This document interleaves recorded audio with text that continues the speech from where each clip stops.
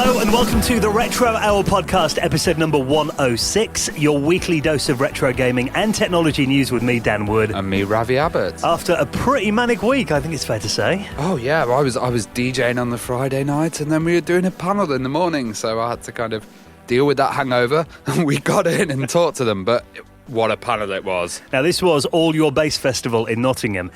We were there on the Saturday morning, and despite the fact that it was a grey, wet, cold January morning, still a good turnout, though, I think. Yeah, when we turned up, we had the kind of tropical sounds of David Wise doing the Donkey Kong deconstructed. It was great. And then after that, we did a little panel. This festival was all about music, and it was the first one they've done. We were there. We actually did a live recording of the Retro Hour podcast with that Rob Hubbard. Oh, my God, yeah. Graham Norgate. Yeah, David Wise. He came in and joined us halfway through as well. So essentially, we got to sit down with these three legends and just talk about video game music. And they're all from different time periods as well, because you've got like David Wise doing Donkey Kong Country, you've got Graham doing Killer Instinct. And GoldenEye. Yeah, and then you've got Rob doing all the really early stuff, the C64 and all that. So it's a great range of guests, and we're actually going to be putting that as our interview next week. Yeah, absolutely. And Graham actually says in it that, Rob was kind of his inspiration. Yeah. So that was like kind of, great to get them all together. So if you are a fan of video game music from all generations, that's the thing about this show. We do kind of say in this panel, we kind of cover everything from like the ZX81 up to the PlayStation 2. Yeah. And audio develops the ZX81 didn't have any audio. The changes were so fast. Even David Wise was saying, we were excited that we got MIDI. Yeah. And it was like years later when... Yeah, so definitely look out for that on next week's show. We'll bring you that panel that we recorded live at All Your Bass Festival. And, of course, there's something else rather big on the calendar coming up next month. Oh, yeah, we've got Play Expo coming up. And, oh, my God, the YouTubers panel, the DMA panel, the Spectrum panel. This is just going to be amazing. This will be our fourth Play Expo. And I think the lineup is probably my favourite yet. Yeah. It's going to be great. Like I'd turn up and watch these people if I wasn't on the stage. Absolutely. Now, we are going to be doing, we're still sorting out the days. They should be confirmed any day now. What's going to be happening? You just spill your tea everywhere. Really? Cleaner frowning through the window at you. But we are going to confirm what's going to be happening on each day of the weekend. YouTubers looking like it's going to be the Sunday. Yeah. And we have a new announcement to make. Now, we already told you that Guru Larry's going to be there. Slopes. Slopes Game Room, Nostalgia Nerd. Kim Justice. Who are all, our favourite YouTubers. But we are pleased that we're going to have to put an extra seat on the end of our table because Stuart Ashen is going to be joining us too. Oh my God, how are we going to fit everybody on stage? This is going to be epic. Might have to be some kind of musical chairs. Yeah, I wonder how many YouTube videos are going to get produced of the YouTubers. That should be interesting. Well, it's going to be, we're going to sit down for an hour with them. And obviously, Stuart, he does video game books, the terrible old game books that he does. And I'm sure there's going to be some of them on sale there as well. But I even love his videos where he just picks up random crap from Poundland and talks about them, that kind of thing. Well, one thing about Play Expo is that we always used to see a wonderful guy there, and it was Bob Wakelin. Yeah. And we always used to go there and kind of bump into Bob, and he'd have all his things. And, he was going through leukemia at the time, so he had all these scars from his operation and kind of stuff. But, he'd still be out there. He'd still see the retro community, and we were lucky enough to have him on the podcast. We're sad to say that he's died and passed away this week. Mm-hmm. So, we send our condolences to his family, and he's just such an incredible influence. The amount of people he influenced to get that game and to get involved with the whole gaming world, a lot of it's down to Bob. Well, he was, some of the most iconic cover art of the 80s, really, for Ocean Software, stuff like Contra, Batman, Operation Wolf. Yeah, just some fabulous pieces of art. And, he's such a nice guy. If you listen back to our interview, he's so funny. Yeah. And he's just marvellous. So, especially when you say, in private, he was going through this really tough time, obviously his awful illness, but he still had a smile on his face. He was still chipper. He still loved talking to his fans and meeting them. Yeah, he'd even, post about how he was going through, surgery and therapy and everything, and he'd still be, ready to come to Play Expo and ready to meet his fans. What a great guy. Absolutely. And his interview was hilarious as well. He's so funny, wasn't he? So he's you're going to be missed, Bob. Yeah, definitely. Absolutely. Rest in peace, Bob. And if you didn't check out that podcast, it's worth a listen this weekend. We'll put that in our show notes at theretrohour.com. Now, we did mention about Play coming up, obviously, and we're doing the DMA panel. Steve Hammond is going to be joining us for that. Oh, Steve Hammond, he's absolutely amazing. He did Lemmings 2, which was one of my favourite titles. Oh, no. And he worked on, Shadow of the Beast on the Commodore 64. Oh, yeah. The original Lemmings, he did some stuff on that, level design and the graphics on that too. Hired Guns, one of my all-time favourite video games. That was like one of those early FPSs, wasn't it? Where you're all in the corner and you've got to go around and shoot each other, but the scrolling's like... Yeah, it's pretty much, it's a bit like, it's a dungeon kind of game, really. Yeah. But very atmospheric. And he was there at a really interesting time. He kind of left around, just as around, they kind of got took over in 97, I think it was. Mm-hmm. And when, obviously, Grand Theft Auto came out, changed the fortunes of the company, and he kind of left then. Yeah. So this is going to be really interesting. Kind of a little warm-up for the panel at Play, because we are going to be joined by some more guys from DMA.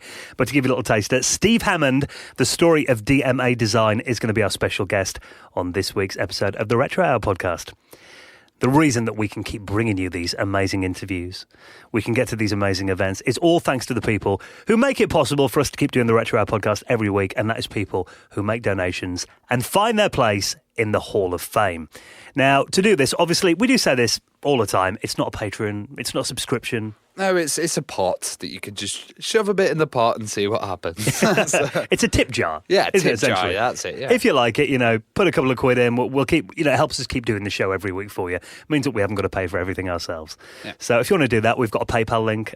We accept pretty much all forms of cryptocurrency on the Ethereum network. Yep. So you can find all those links on the front. Bitcoin as well. It's gone down recently. So. Yeah, you might have some spare now, kicking around. So all you got to do if you'd like to make a donation is head onto our website, theretrohour.com, little buttons there on the front page. And making the Hall of Fame this week, thank you so much for your donation, Darren Coles, Stuart Smith, Rupert Fuller, Paul Sopiak, who all made donations into the running of the podcast, and you can do the same at theretrohour.com.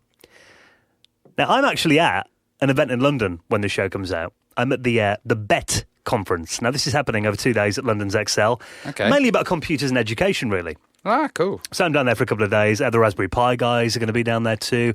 Lots of stuff going on. But one thing that is actually happening today, at the time this episode comes out, and hopefully I'm going to manage to get some video of this and either put it on my YouTube channel or Facebook or something like that. I'll put a link in the show notes or on our Facebook page. And that is the launch of the Citronics GameZip 64. Ooh, the GameZip 64. Now, what's this? Now, have you seen, obviously we talked about this on the show before, the BBC Microbit? So this was the computer that was going to be given to every single school child in the UK. Yeah, to learn programming on, and kind of, it's, the reintroduction of the computer literacy program, essentially. Well, this is really cool. It's a little add-on, because have you played with a Microbit before? Yeah, I've not played with a Microbit, but I'm looking at this add-on and I've played with something similar. We'll talk about it in a sec. Well, Arduino's pretty similar as well, that kind of thing, isn't it? It's basically modular, so you can add stuff via GPIO ports and that kind of stuff. But they have got a little add-on here that is, it really turns the Microbit into a very rudimentary handheld console. Yeah, so I've seen this before. So they had one, oh God, I can't remember what the company was. It was this really nice little unit that you build it out of an Arduino and you kind of had this little matrix grid display on the front. Did you have one? Yeah, but it wasn't based on the Microbit. It was based on the Arduino, one of the original ones. And you could program little games using Python, like Snake, or you could have it draw different images and stuff like that. But it seems to be they've made one for the Microbit. Yeah, so it's not an LCD screen or anything. It's essentially LEDs. Yeah. So, I mean, you can do games like you said, Snake is a prime example. You can probably do Tetris and that kind of stuff as well on it. Maybe Breakout or something like that. Yeah, essentially anything is block-based, I guess. Maybe even someone will do Minecraft on it, that's quite cool. But you can essentially address all of the different, 64 of them on this board, LED display screens. They go in different colours and stuff too. It's even got onboard sound as well. And it's got breakout pads for doing stuff like shoulder buttons in there too. Or you could even hook it up to really big kind of LED panels. So you could, for like a bar or something, you could put like a massive one on the wall. Oh, that's a good idea. Pretty cool. And they're actually going to be releasing some games for free for people to download. Or, obviously, I think the idea of this really is for kids to kind of learn their own simple programming and make games on it, which I think is really good. So they're called Zip LEDs, the display screeners, and there's 64 of them. Yeah. And I think this is a good idea because it's in the format that kids are going to want to get involved with, a little handheld. If you hand them a circuit board and go, this is a computer, they're not really going to be interested. But once they've got a image on a screen and them, playing along. Even if it's just simple LEDs, they might want to get into Python or start changing that image. Well, I think, playing games is fun, but obviously when you see the power of being able to make them, especially as a kid, that's like really captivating, I think, isn't it? Yeah. And, you can make stuff like Pong and Snake and that kind of stuff on this machine. It looks interesting, but I was actually in Maplin last week, and they've got a section in our local Maplin which is dedicated. It's called educational computers. Yeah. So they've got the Raspberry Pis in there, the Pi Zero, the Pi 3, they've got the Arduino in there, they've got a BBC Microbit section, but I don't know if you've been in there recently. No, not Big for section ages. of the wall, and they've got all the different add-ons and boards and stuff. Cool. And they've got like a robot unit that you can make. I think I may need to go back to Maplin's after all these years. Yeah, it's crazy. It's like, they must have about 5 shelves in our local Maplin in town, just all dedicated to these educational boards. Oh. And I was looking at them and I thought, should I pick a couple up? But then I thought, when am I going to have time to do it? You know what I mean? Well, with this, it also says, they run off 3 AA batteries. So it's not that demanding at all, is it? And it's got onboard sound as well. So, oh, wow. Yeah, I reckon it'll be cheap as well, coming out with the Microbit. They're going to do this at a price point, aren't they? Well, it's aimed for kids, I guess, and maybe schools are going to buy them. Yeah, so that is actually getting its launch, like I said, at London's Excel Centre, probably today at the Bet Show. So keep an eye out. Hopefully I can get over to them and maybe get a little interview with them or some video, something. I'll spot them there. I'll try my best to get that done. Now, you a fan of the theme park games back in the day and Theme Hospital? Oh, you see, Theme Park was totally different to Theme Hospital. Did you play Theme Hospital? I used to play Theme Park, never played Theme Hospital. Theme Hospital was like, all the seriousness had been taken out of it. Theme Park had a bit of a nasty kind of management thing, put the salt up and get them eating the chips and then all that kind of making money. Be a capitalist pig. Yeah, that was it. Theme Hospital was like you had to cure really weird diseases, like a guy's head would inflate like to 3 times the size and then the doctor, you'd go in and he'd pop the head with a pin and it was all about comedy, but it was also about how you structured your wards, how you kept your staff happy, that the caretaker who didn't have a nice pool table would get very angry and walk around in a mood and not bother cleaning up the place. Right, okay. Yeah, so it was kind of like a hospital management sim, but the whole thing about Theme Hospital was there wasn't a moment where you'd be sitting there and you weren't kind of doing something. There'd always be like a helicopter landing with 20 people with hairy-itis, or there'd be like a mayor coming in for a visit and you had to make sure the whole place was clean and everything. So It's just an absolutely fantastic game. And I noticed that there's a game called 2 Point Hospital coming out by Sega. Now, this is essentially, looking at the guys who are behind this is really the spiritual successor, isn't it, to Theme Hospital? It's a lot of the original Bullfrog team, isn't it? So, and Lionhead as well. Yeah. So Peter Molyneux's obviously not involved. Yeah, maybe in the background, but you might be not publicly. Publicised. But this is a game it's available on Steam, from what I've seen. That's going to be the platform they release it on. But this is Mark Webley and Gary Carr, who were involved in the original game.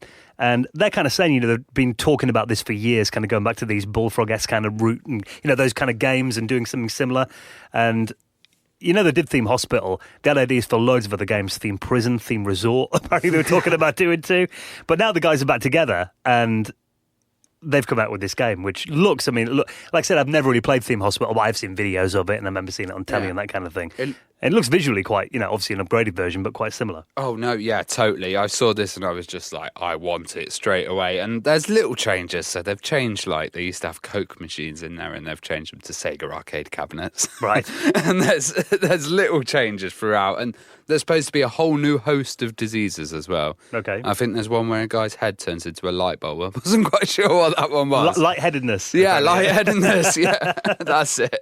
And just great jokes like that throughout the whole thing. And I hope they have the announcer, because they used to have an old announcer which would just be like, ding dong. On board 3, there's a man inflating. Well, it does look like a big throwback to those kind of games. If you did love those old Bullfrog kind of sim games, looks like this would be great fun. I'd love to play this on. They should bring this up on the Nintendo Switch. Oh, yeah, I bet they will. Yeah, I bet it's got to be done, yeah. And I think this is going to be a very popular title if they do it well.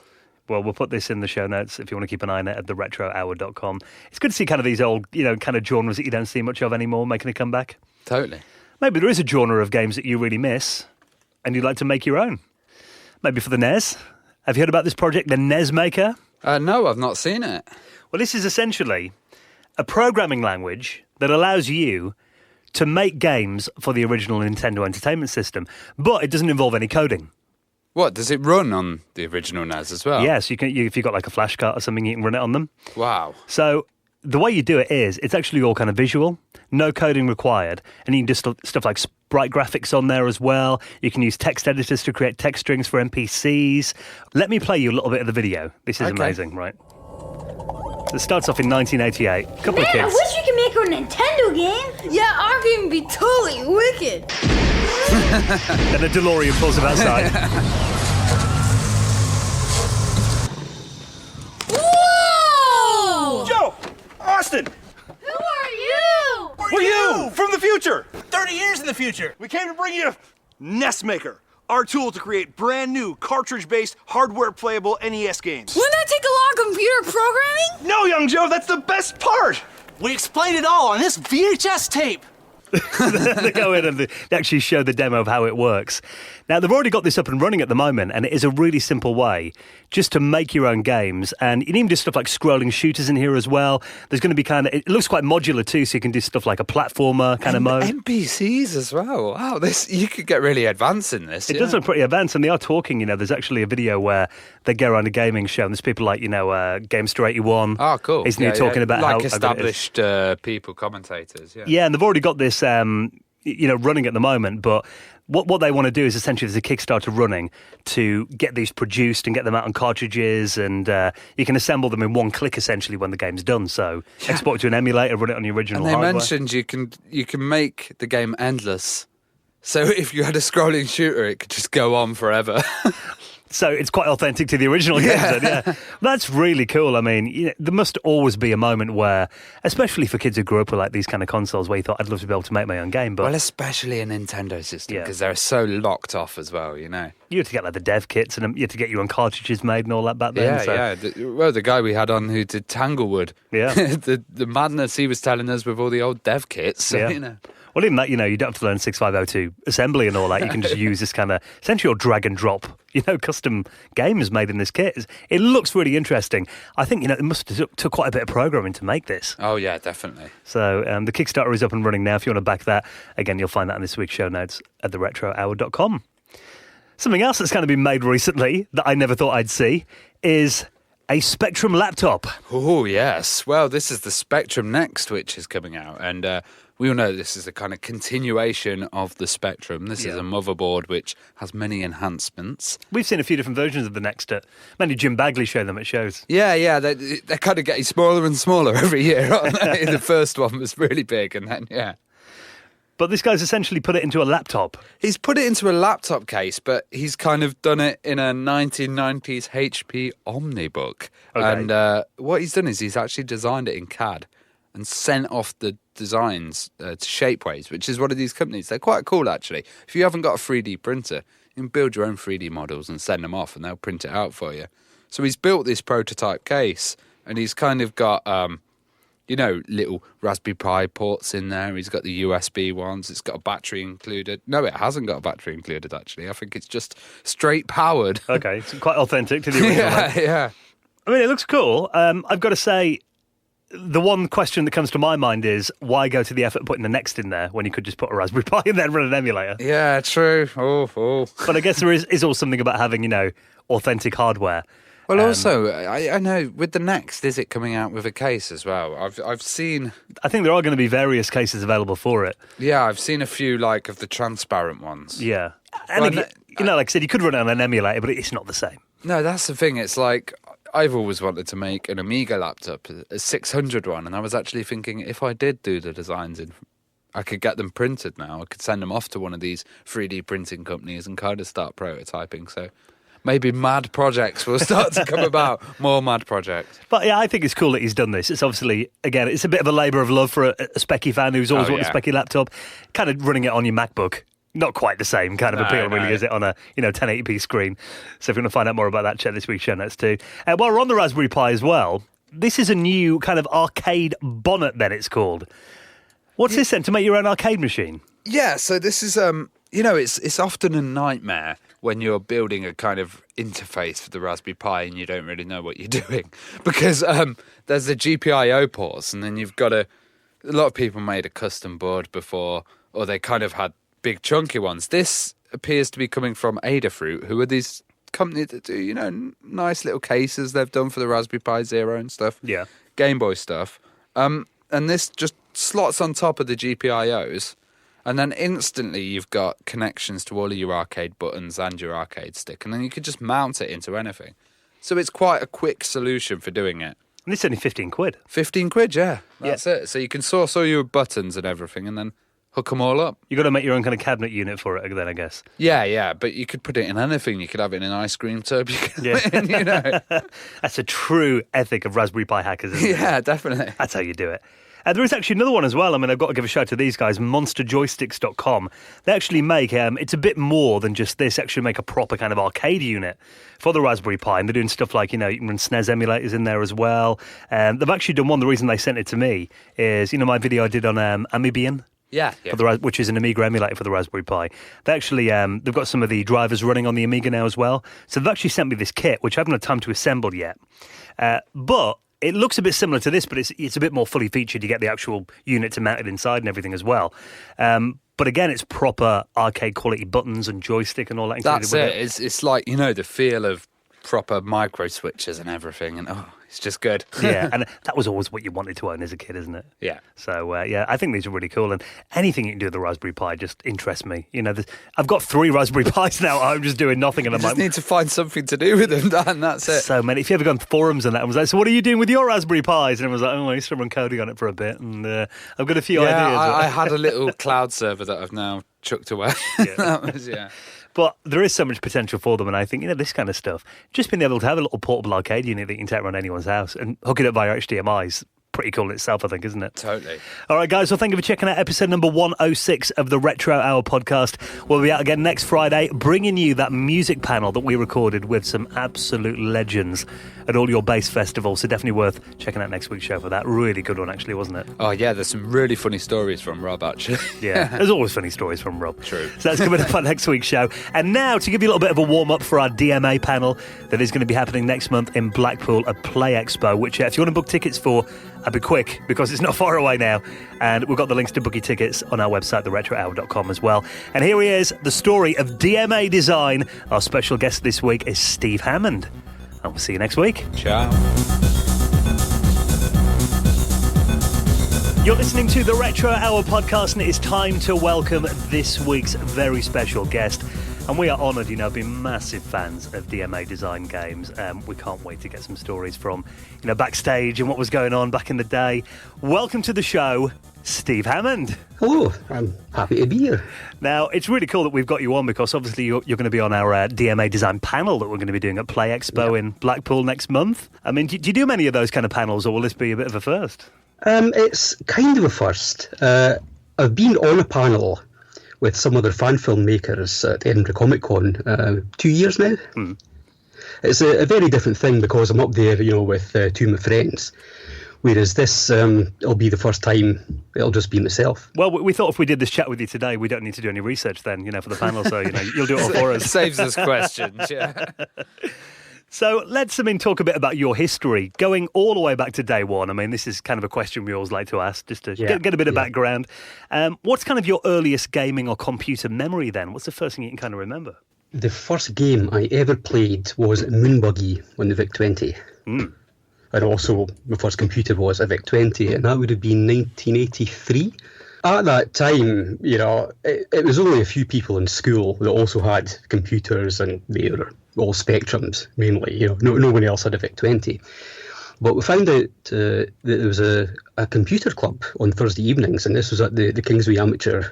at the Kingsway College, and this was called the Kingsway Amateur Computer Club. So we went along and...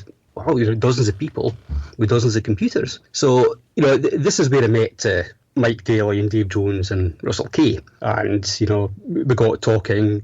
It was a hobbyist venue, really. You know, you had a computer, you came along and showed it off. And some of us, you know, playing games, obviously, it was a lot of game playing.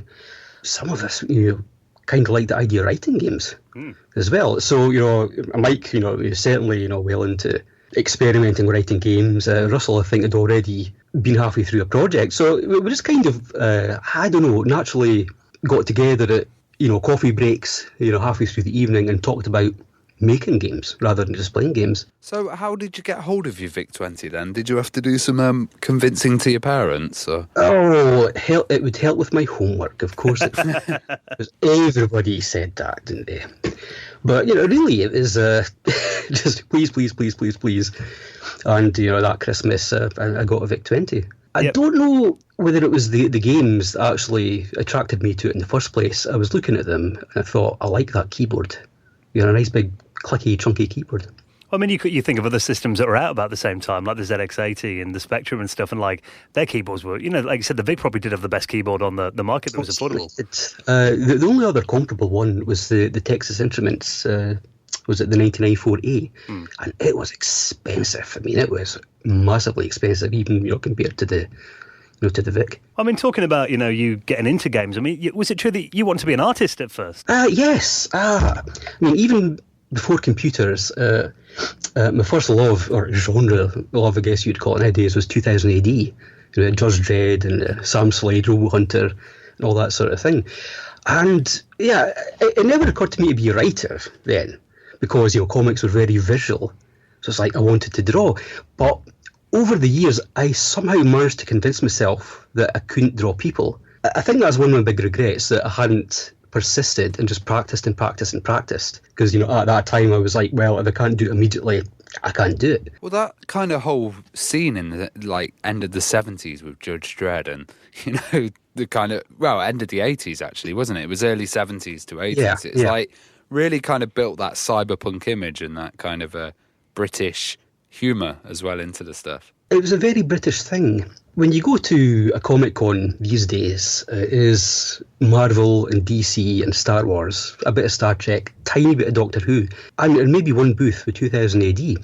And what I loved about those days was it was so British. British games, British comics. It had a feel to it. It had a I don't know. It just nobody else could have done that. Yeah, it's like the Spectrum games. Like the Spectrum games felt similar to 2000 AD stuff, and it all felt in the same world. Yeah, that's right.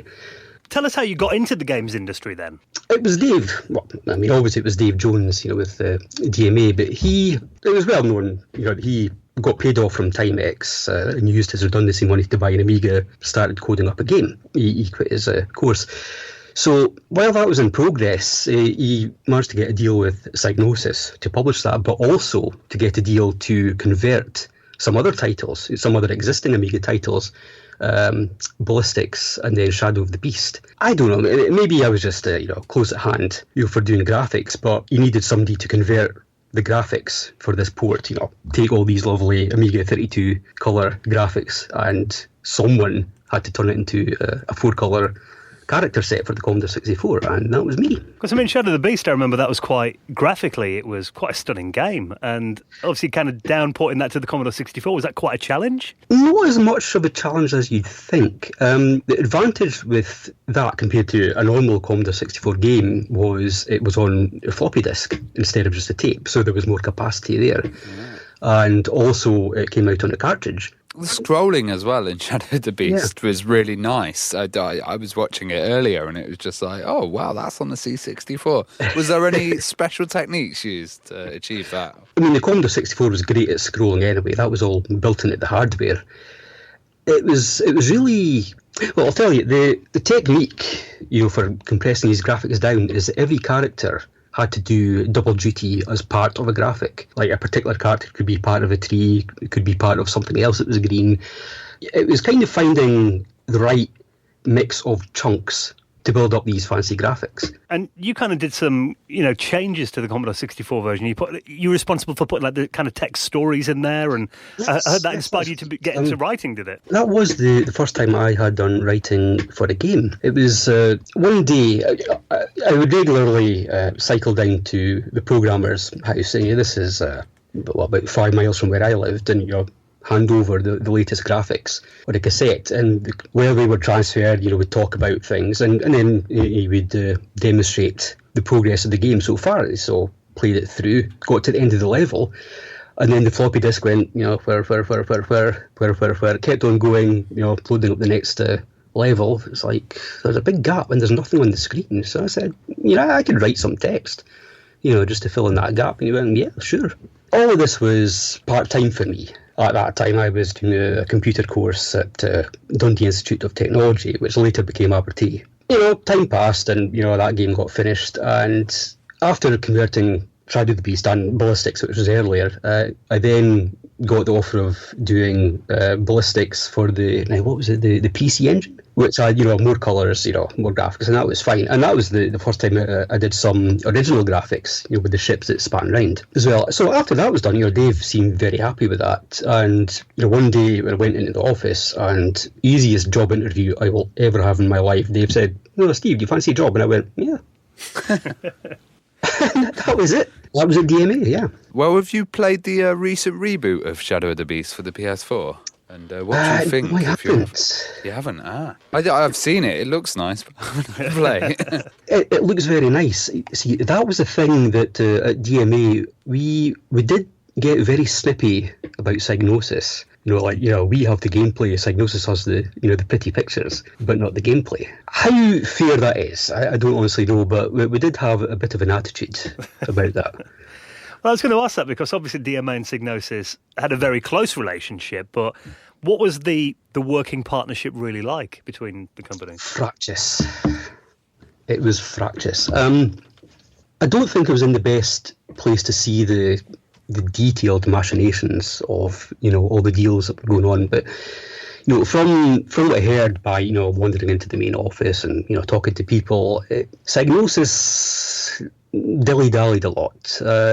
They got behind on payments to us a few times, but personally I think my opinion of Psygnosis was cemented with the Hired Guns manual. I was writing the Hired Guns manual, and this was the best thing I'd ever done. It was, I was coming up with the characters, the story, the background, I'm making up the whole world. Because, in those days, you can't get the background, through the game itself. There just wasn't enough room, with, these days, tutorials, and you have cutscenes and, all sorts of marvellous ways of conveying storytelling, the background information. But back then, all had to go in a booklet. So, several booklets worth of text, and I actually typeset most of it. But Psygnosis suddenly went, right, we need this in a couple of weeks' time. Sort of urgent deadline, send us all you've got kind of thing. So, okay, it was finished, the text was finished. So, gathered it all up, sent it off.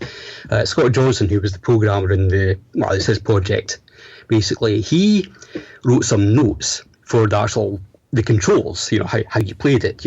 I supplied the background, he supplied the control information, the instructions. Yeah. So sent it off to Psygnosis, this urgent thing, and then 11 months passed, not terribly urgent, and 11 months passed, and then the game's out. And they hadn't said anything to us. Got a complimentary copy, and, we're in the office, and all right, here's Hired Guns, the finest to do. So opened the box, Scott grabbed one of the mines, I grabbed another booklet, and I opened it, and it's like, the whole thing I'd done, there was no apostrophes, no commas, no full stops, just no punctuation. Okay, great. Scott was looking, even worse. His instruction booklets, they'd taken his notes, copied and pasted them. They hadn't rewritten them. It was a nightmare. It was a complete disaster. So no commas, no full stops, nothing. No. I'm told that it got fixed in a subsequent edition, but this was like a few months before Christmas. Yeah, it's just. That's a bit of an oversight, isn't it? Quality control, yeah. They blamed it on a third party, a publisher, typesetter. So, I don't know what happened there, but. Well, I guess at that time, I guess DMA and Psygnosis kind of needed each other at that stage, though. Yes, I think you're right. I think Dave famously said that he chose Psygnosis because they were closest. Literally, that's about as much as he'd want to put into a drive anywhere. Well, let's get back to your early days at DMA. I mean, when you first started there, what were the initial first games that you were working on? Oh, good question. Let's see. I did a lot of level design for the original Lemmings. None of which levels actually made it into the game. But my face is in the final screen, so that was a bit of a I love that ending screen. The ending screen, yeah. My levels turned out were either too easy or too difficult. Okay. that nice bit in the middle. I managed to get levels into Lemmings too, so that was good. But no, I spent a lot of the early time doing PR kind of stuff, making up documents about the games. Well, obviously, I mean, Lemmings was kind of based on Mike Daly's animation, wasn't it? That little animation that we all saw. Do you remember when you first saw that then, and what was kind of your reaction to it? I thought it was fun, but it's interesting, this thing where there's, an amazing origin for the game, and Lemmings actually fits that bill. There was a moment that, I didn't see this moment. But I heard about it endlessly afterwards. Mike did this animation. Biscuit Brian Watson, he's another one of the guys from the Kingsway Computer Club. He just about fell off his seat laughing at it. Russell said, "Yeah, there's a game in that," and Dave agreed. Dave remembers that differently. He remembers it as he thought there was a game in there. But as far as me and Mike and Russell are concerned, it was Russell said, "Yeah, there's a game in that." Somebody wants the credit.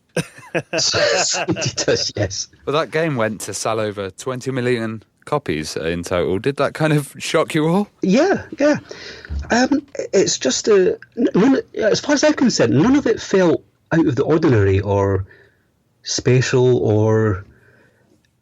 I don't know how to explain it. It's just, whatever happens to you when you grow up is normal. Making games with your friends just felt normal, so... Well, it was, I guess, then it was kind of pre-internet, and like the only thing you really, I mean, to try and get an image of just how big your game is outside of your development studio, I guess the magazines obviously were going wild about the game, but it must have been, did it feel a bit like you were in a bubble and you didn't really know quite how big the game was? Yes, that's it. There's nothing to really compare ourselves to. There was no other teams or devs that we knew, certainly not in Dundee, and all the ones that we'd heard about in the magazines were distant. We knew them, or knew some of them by reputation, and some of them were very tight-lipped about what they were doing. Ultimate Play the game were, I think, quite famously reticent to say anything at all. And Dave actually took inspiration from that. We went through a period with just talking to magazines, and then Dave went, "We're not doing that anymore. We're going to be mysterious." Well, you must have kind of noticed it becoming part of popular culture because it was getting ported to so many systems. Like, it was everything from the Commodore 64 to the 3DO it was on, the CDI. And I mean, even talking about it being part of popular culture, I mean, obviously we had the bronze Lemming statues being unveiled in Dundee a couple of years ago as well. Which... Yeah. But it took all that time to build up. Mm-hmm. Although I think in retrospect, when I started to realise that, maybe something special was going on, I know this was in college. I was just in one of the computer rooms and I got to the latest Amiga magazine, opened the page and there's an article about DMA and there's a picture of me and the rest of the team. I had no idea that was going to happen. I mean, we talked about the different ports there, and one that I always thought was technically a real marvel was the Commodore 64 port of Lemmings. I don't think it was us that did that. Because it came out later, didn't it? It was a couple of years later, I think. Yeah, it's one of those things where, it was third parties, tended to do all the conversions. Mike did the SNES version, though. That was in-house. But I do remember Dave was getting really bored of the whole thing with Lemmings. He just wanted to see the end of it because he wanted to move on. So it was a big success and it made our name, certainly. But Dave, it was like, okay, done that, want to move on. But of course, Psygnosis wanted sequels. Lemmings on the SNES, you mentioned that. There was a rumour that you could actually play that with the Super Scope. You can. Oh, right, okay. Yes, I can. I have got that confirmed from Mike personally. Yes, you can do that. That's amazing. I need to get one now. How important was deluxe paint and similar packages to your kind of development? Incredibly important. I don't know if we could have done it without it. The Amiga was the graphics machine, and it was a graphics machine because it had deluxe paint in it. Until 3D rendering came along, which needed more powerful machines, D-Paint was everywhere. Must have been stuff like anim brushes and stuff. Must have just saved time so quickly. But I have to give a special shout out to 3-in-1, which was Tony Crowther's graphic program for the Commodore 64. This was Well, that was what I used to do the conversion for Shadow of the Beast and all the rest of it, and Mike used that as well, and that was, if not the deep end of its day, it was certainly as invaluable at that time.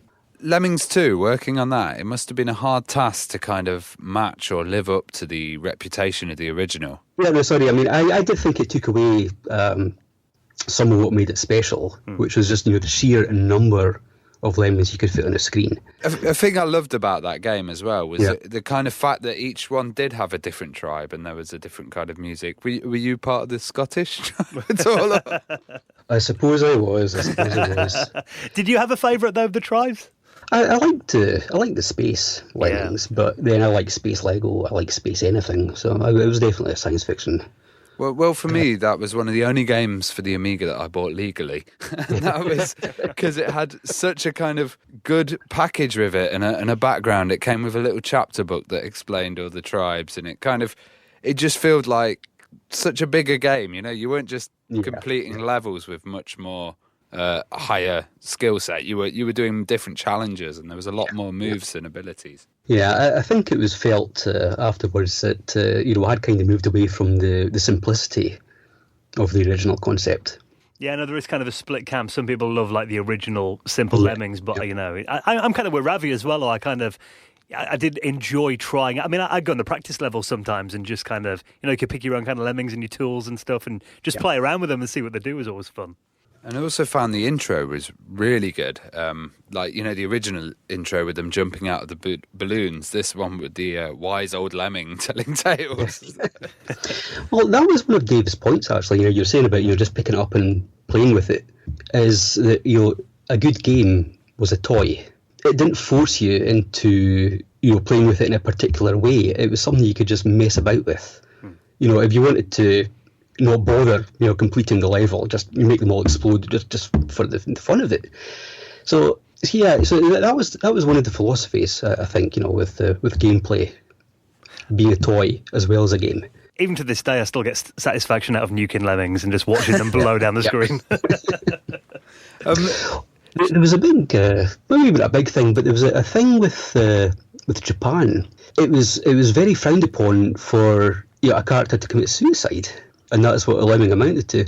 Oh, actually, well, I remember there was and this never actually happened, but at one point there was going to be a special children's version of Lemmings for the Children's Television Workshop, basically Sesame Street Lemmings. Oh, wow.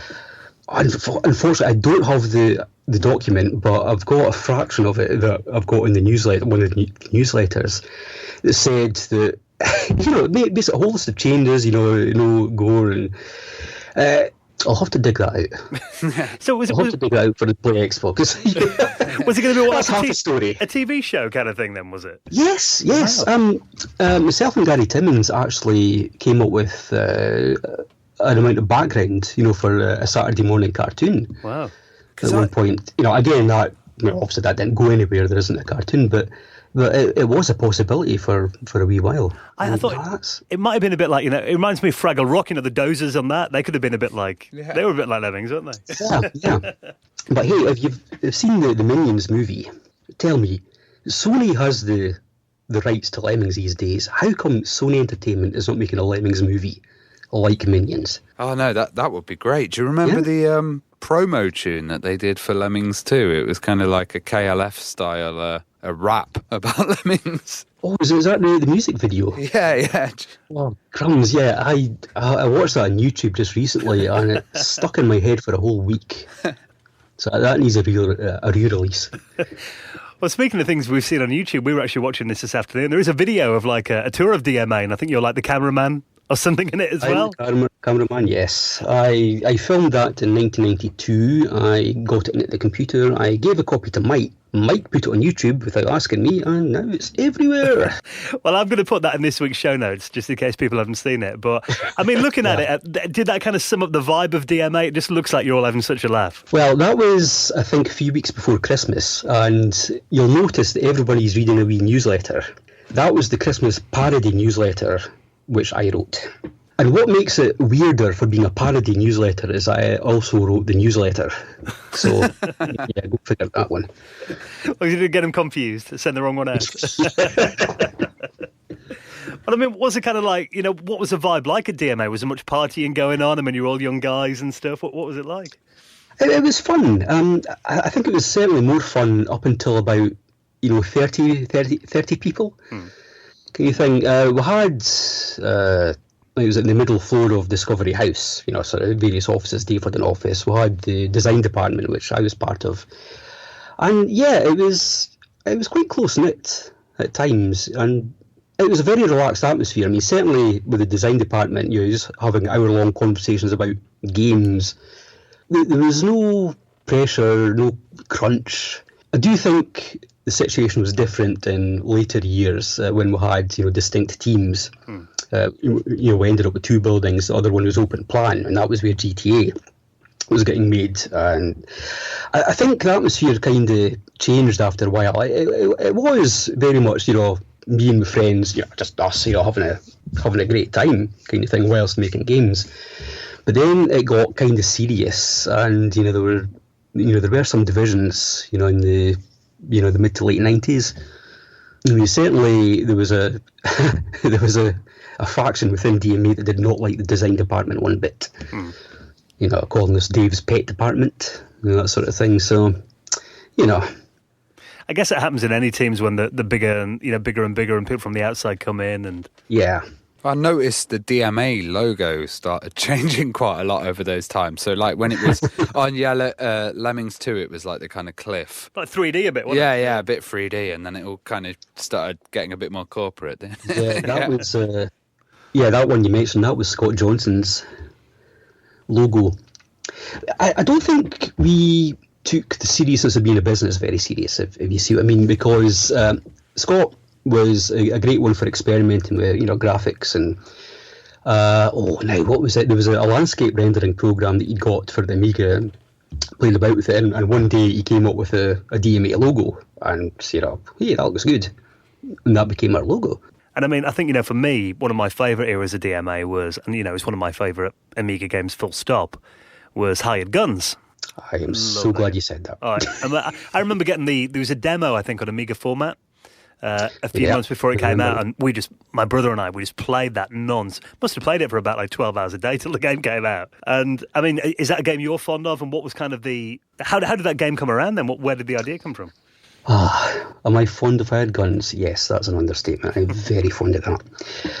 Psygnosis aside, as I mentioned earlier.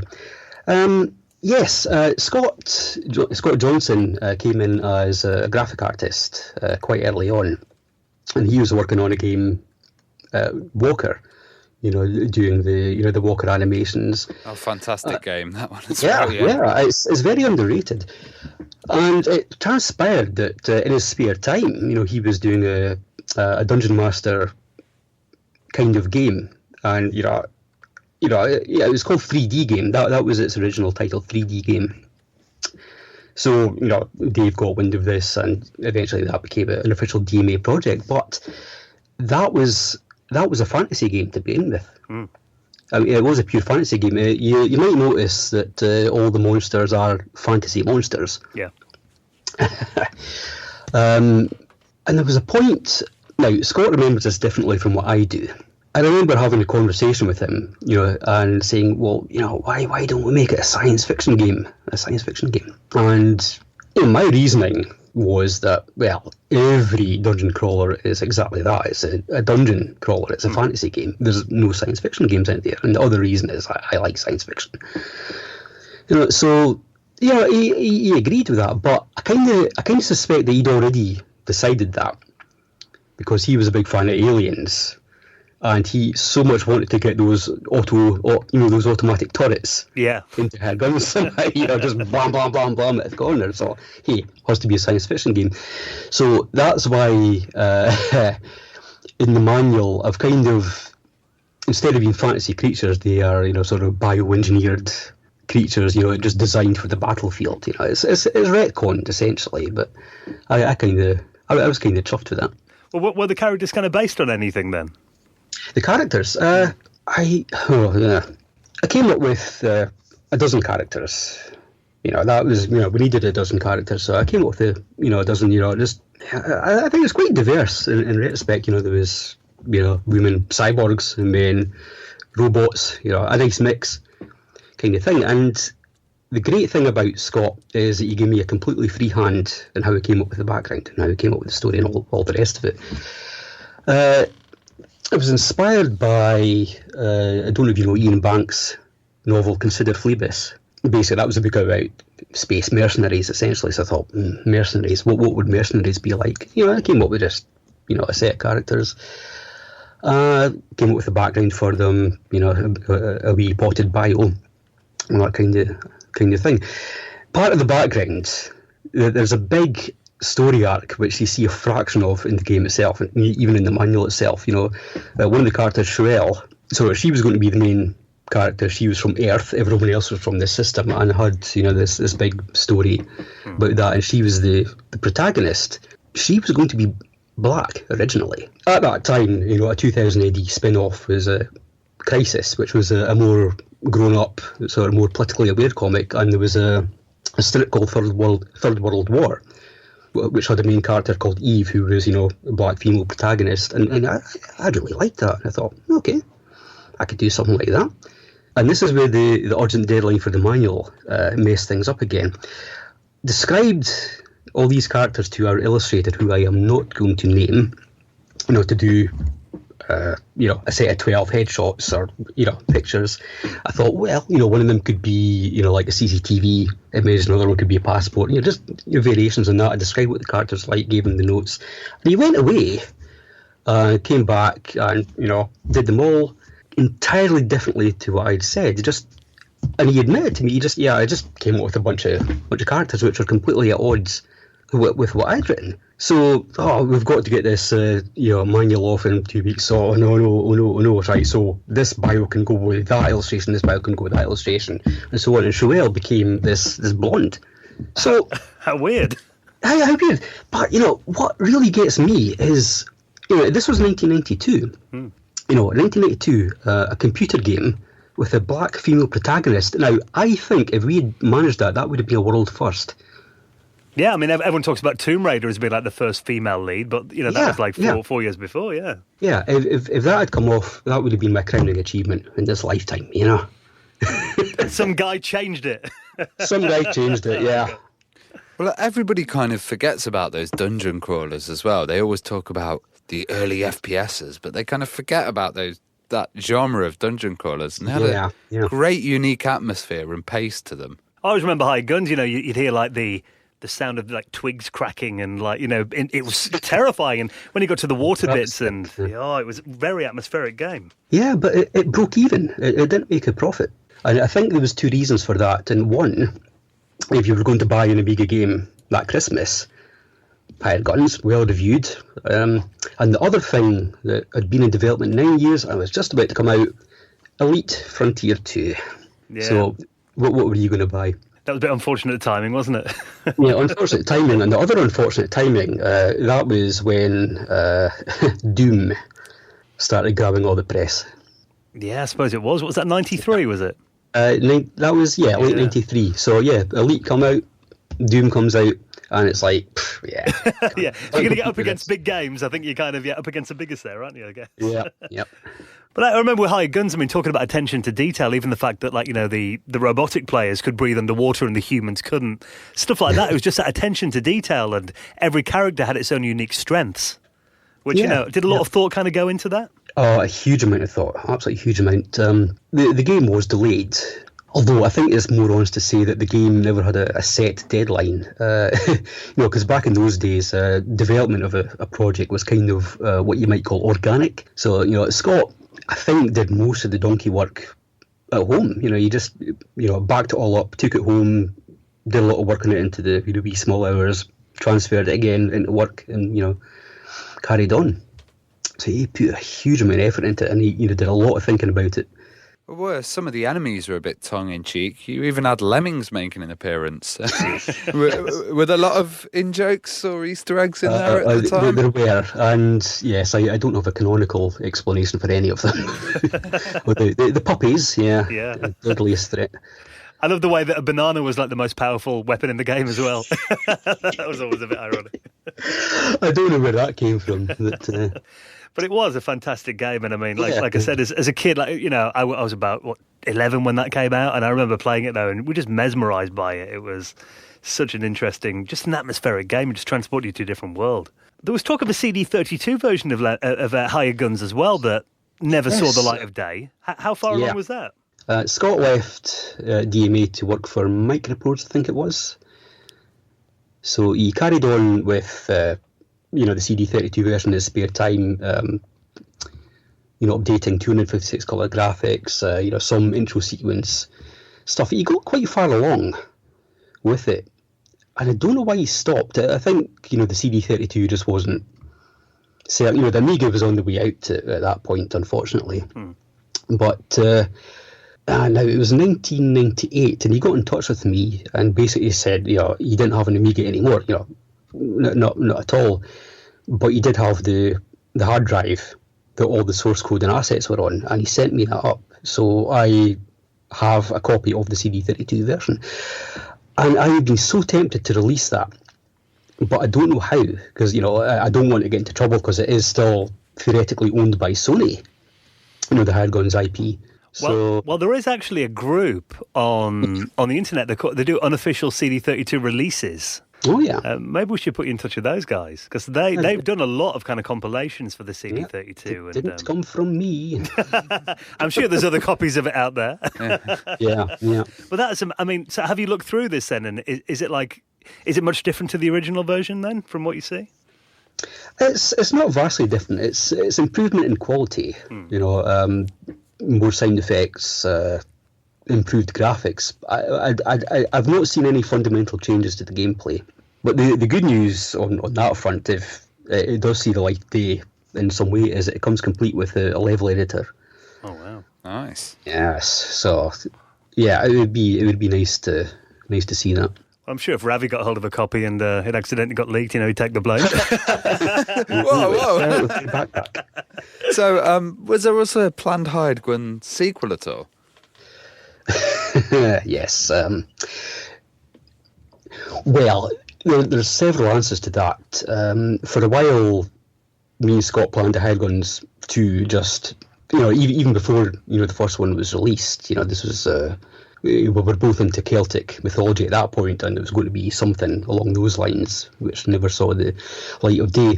Once Scott left, we did throw ideas around, the rest of us for Hired Guns 2, although those ideas basically never had anything in common with being a dungeon crawler. Now, this would have been 96, yeah, and, so I'm sitting in the design department, Dave Jones comes up and says, okay, Steve, how would you like to remake Hired Guns? Not a sequel, a remake. And this would have been using the Unreal Engine. So, well, that sounds good. That sounds great, in fact. That almost sounds like it's my project. So, well, great, I'll start doing the design document. Yes, so then DMA got bought by Gremlin Graphics, and this created a bit of a problem because their publisher, Psygnosis, is a different publisher, so the project couldn't continue. Well, it could, because DMA had a US branch, DMA US, in Boulder, Colorado. So, however the business was working, the DMA US branch was going to become its own studio, Devil's Thumb Entertainment. So they got a selection of the projects. DMA in the UK got a selection of projects, and Hired Guns, the remake, the Unreal version, moved to DMA US. Now, this meant either I could not work on it anymore, and remember, this is my ultimate project of all time, sort of thing, the thing I'm most fond of, so I couldn't work on it anymore, or I could, but I'd have to go freelance. And I chose to go freelance and work on it. And then after, was it 3 months, 4 months? Well, it was after a short while, they decided that they weren't using third parties anymore. No and I was off the project and basically out of the game industry entirely. How unlucky. It was a tad unlucky, yes. Oh, God. So how far along was the game, development then? Did you get much done on it in that time? I did all my work on the story background, all that kind of stuff, but there is a complete, or an almost complete version that got leaked. Now, there was I'm not quite sure in the story. That's one of the stories that I've heard. And the other one is that it did actually get a release in Germany, but I don't know how true any of that is. Yeah, you think it'd be a bit more widespread if it got a proper release, wouldn't you? Yeah, I think so. Have you still got a copy of it then? Do I? Maybe. I don't know.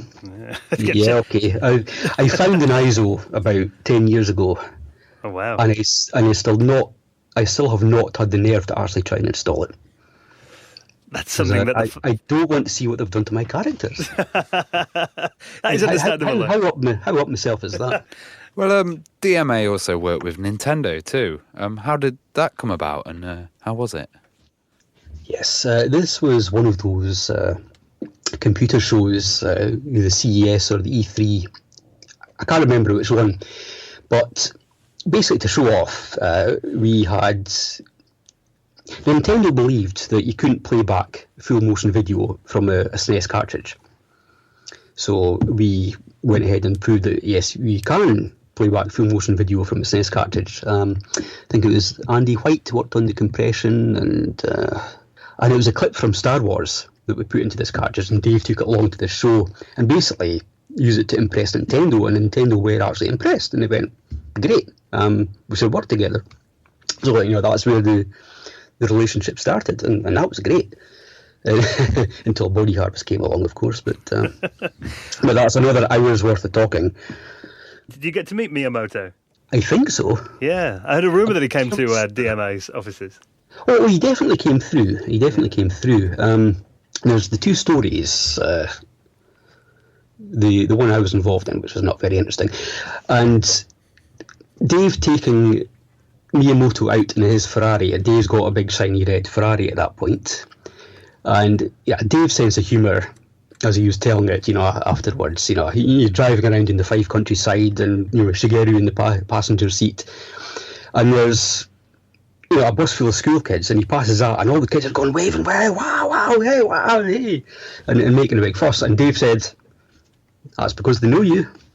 And that was rubbish. It was because it was a shiny Ferrari. No. See, it's hard to conceive of people not knowing who he is, but back then, I certainly didn't know who he was, or his reputation. The general public, not a chance. But I think I met him because there was a group from Nintendo came along, and we got encouraged to dress up nicely for that day. So, of course, that day comes along, and I've got a huge cold, and I can't go in, but meet Nintendo, must meet Nintendo.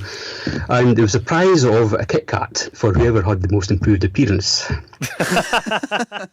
Yeah, so this was Simon Little, one of the the managers. So he ran a tuck shop within DMA. I won.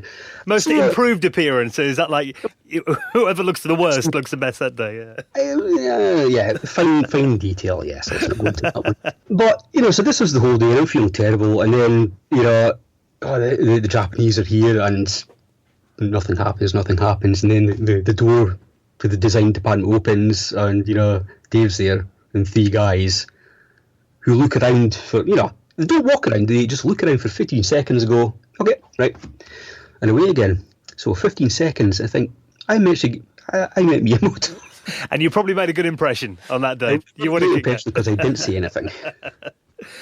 Well, I mean, it was such an impressive company, in terms of all the stuff that you put out there. And obviously, we're talking getting into the late 90s now, and we need to talk a bit about Grand Theft Auto, probably the biggest video game franchise ever now. I mean, did you have much involvement in GTA before you left? I had some involvement. In the design department, we basically turned over, ideas that came through. And I was saying earlier about, this idea that, a game has, a magic moment of creation, which was true for Lemmings. It was not true for GTA. GTA began in various different threads. Mike, just experimenting with technology, created a 3D isometric engine. There was a need at that time to move into PC development. Developing for a console like the SNES or the Ultra 64. to me, it's the Ultra 64, not the Nintendo 64. Yeah. In fact, it's Project Reality for most of the time. You know, and that cost, you know, money to develop for it, but a PC, anyone could develop for it. And GTA started basically as, and I've got this in the newsletter, February 1995, new PC project. And that was the very first mention of what it was going to become. And it was literally just need an idea for a PC game. So there was, Dave is a big car nut. You know, he's into sports cars. So there was, you know, car games were in the air. You know, earlier there was a short-lived project called 4x4, which was, you know, a car racing game, and that was a development of an earlier, you know, car game of various things. So, you know, there's all these ideas just floating around that they kind of came together at one point. So, I mean, my involvement was really in early discussions, you know, in the design department, sort of, you know, ideas for games, this, that, next thing. What do you think of this? We could do all that. And I don't remember the content because it wasn't anything special. It was just another game. You know, it's a card game. Nothing unusual about that. So Keith Hamilton, you know, went away and, you know, wrote up the first design document, which Mike's, you know, put on his Flickr page. It was still called Race and Chase at that time, and, you know, my name's in the first paragraph, which I'm really proud of. But that was my only involvement for quite some time. Other than that, you know, just, you know, versions would come through and I'd play test them, and they were unremittingly awful. They just, I could not get into it. And after a while, once things had started to gel and once it was starting to get good, you know, there were more discussions. You know, Brian Baglow, you know, came in to DMA, and, you know, he was involved in doing, you know, some writing for that, and, you know, and we would have you know, meetings just ourselves, you know, having this great old chat, because me and Brian, you know, just share a sense of humour, you know, this kind of ridiculous satirical. Did you ever watch The Day to Day? Yeah, hilarious. You love that, you know, just that kind of surreality, and there you go again, you know, this British surreal humour that just goes through games, you know, way back. So, you know, we throw, you know, about ideas, and I think, you know, some of them might have stuck, you know, some of them just sort of seeped in. My most solid involvement was Gary Penn asked me to do a dialogue rewrite on some of the pagers. You know, like in the game, you know, you'd have, you know, a couple of lines of pager statements, and, you know, just do a dialogue polish, you know, just sort of make it a bit nicer and that sort of thing. So I got all these pages, things, and, you know, I took them home, you know, because I find I can only really write away from the office. And, you know, I just went through them, going slowly crazy as I got to the end, and took them to Gary after, you know, 3 months, and, you know, and he literally read them all right in front of me as I'm standing there, just going through them, all these pages. Yeah. And at the end, I'm like, oh, what do you think? And he's like, yeah, that's all very entertaining, but they're too big. I don't know how much of my stuff actually remained in GTA. I'm convinced that the character that's called Deaver, that was the name I came up with. Well, I mean, you know, even just being there in the early days of what eventually became the biggest entertainment franchise ever, isn't it? GTA 5 outsold Hollywood movies and every other video game. It's like, it must be nuts to know that you kind of helped sow the seeds of that. Yeah. I mean, I think that I didn't have a big influence. I mean, I had a microscopic influence, but yeah, butterfly effect maybe. You know, it might have been something very different. And to be honest, when I looked at GTA when it came out on the PC, I thought this was quite far behind in the graphics compared to what it was. But the gameplay just totally took it into a next direction. So. Yeah, I mean, people called, you know, the graphics cartoonish, and that was intentional. Yeah, it's that arcadey feel, wasn't it? You know, it was. I mean, I remember at the time, you know, I think I came up with a wee example that I printed out, you know, about colour palettes, and there was the Unreal, there was Doom, and it was Quake at that point. You know, just, you know, 3-4 screenshots, whatever it was, and it was like, quick, which game's which? They all look the same. All this muddy grey brown sort of thing. And Stuart Graham was, he was the head of the design department. He was very keen on making it look different, look bright. I think that was a good shout, though. It was a good shout because, you can look at a screenshot from that game and instantly recognise it. But like you said, between Myst and Quake and all that, you're like, it could be any of them really, couldn't it? But also, it was kind of like the Brits' take on American culture, having the big American school buses in there, and it was all, Yeah, very tongue-in-cheek. Well, Steve, it's been amazing reminiscing with you. Well, I hope it made sense. Absolutely. What are you doing these days? Well, after the games industry, I worked in aerospace for 15 years. Oh, wow. Quite the change. quite the change. I was writing instrument control software, and it was just circumstances. I think what gave me itchy feet was the Lemmings 20th anniversary. Okay, so Lemmings 20th anniversary. Right, crumbs, games, I used to do that sort of stuff. And then all the other anniversaries came along. All the other anniversaries of 20 years. God, have I been away from this for 20 years? I mean, I've not got a burning desire to make games, but I do have a burning desire to write. So, I was about to move in with my girlfriend, and that made the commute to work kind of logistically nightmarish. I could quit and become a freelance writer. It's what I always wanted to do. So I did. And that's been 3 years. 3 years now. So I've been working on a history of DMA. I've just recently finished or exhausted all my recollections into this thing. I've been going through the newsletters.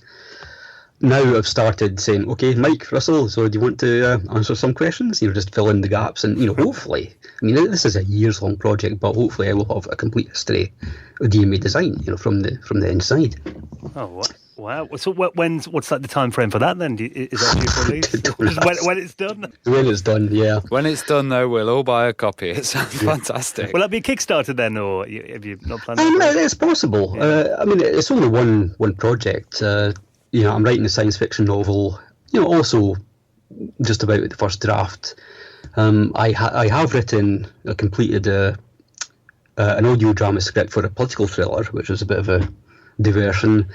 There's a comic, Archangel, not the William Gibson one. I have to emphasise. This is another one, which I wrote the script for. So that hopefully should be out sometime next year. Sometime this year. That passion for writing that started on Shadow of the Beast on the C64, you finally fulfilled it. But possibly of most interest to you guys is Inviolate. Now, this is an indie game, G-Void Games. I think you'll find them on Twitter someplace. It's basically, these guys in London who are writing. It's a science fiction cyberpunk dungeon crawler directly inspired by handguns. Oh, wow. Oh, nice. So the guy got in touch with me about a year and a bit ago and said, well, do you want to write the story for this? And actually wanted to make me a selling point. I've gone, okay. So is that out yet then, or is it coming out soon? It's the short story version, which is a demo version, is I think it's functionally complete, and they're putting together a video for a Kickstarter. I don't know how long, hopefully a few months, but when that comes out, I'll be sure to tell you. Yeah, yes, absolutely. Send us a link, we'll promote it loads. Yeah, we'd love to. So that's my life, is various writing projects, and one of them will pay off one day. Well, it's been so interesting getting the stories behind some of our favourite games ever. It's been wonderful to talk to you, Steve. Thank you so much for coming on. Okay. Obviously, we'll be seeing you at Play Expo next month. I'm feeling a lot more relaxed about that now. Yeah, so if people want to come along and meet Steve and find out more of these memories, we're all going to be there at Play Expo in Blackpool on the 10th and 11th coming up next month. So we're looking forward to that, Steve. Can't wait to meet you in person. Then. Get climb to the top, they can even move down. Move to the side, spin round and round. Some of them walk and some of them run. Get caught on the hop and yes, you're done. Now keep your head, this ain't no sideshow.